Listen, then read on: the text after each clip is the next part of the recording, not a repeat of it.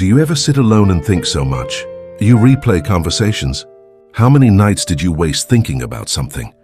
Overthinking is like a storm, but they control your reality. You know what's funny?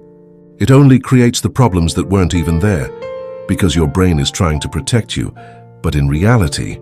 So how do we stop overthinking? When your brain starts racing, pause and ask, 90% of your fears are imagination, not reality. Write your thoughts on your phone or a paper. They lose their power. Future, past, what if? Action kills overthinking. Even a tiny step is progress. You don't need to have every answer today. Just move forward. Step number 4, allow imperfection. You don't need the perfect decision. Life rewards courage, not perfection. A friend, a sibling, or even God. That your brain feels more tired than your body? Imagine worst-case scenarios. That never even happened. And you're standing without shelter.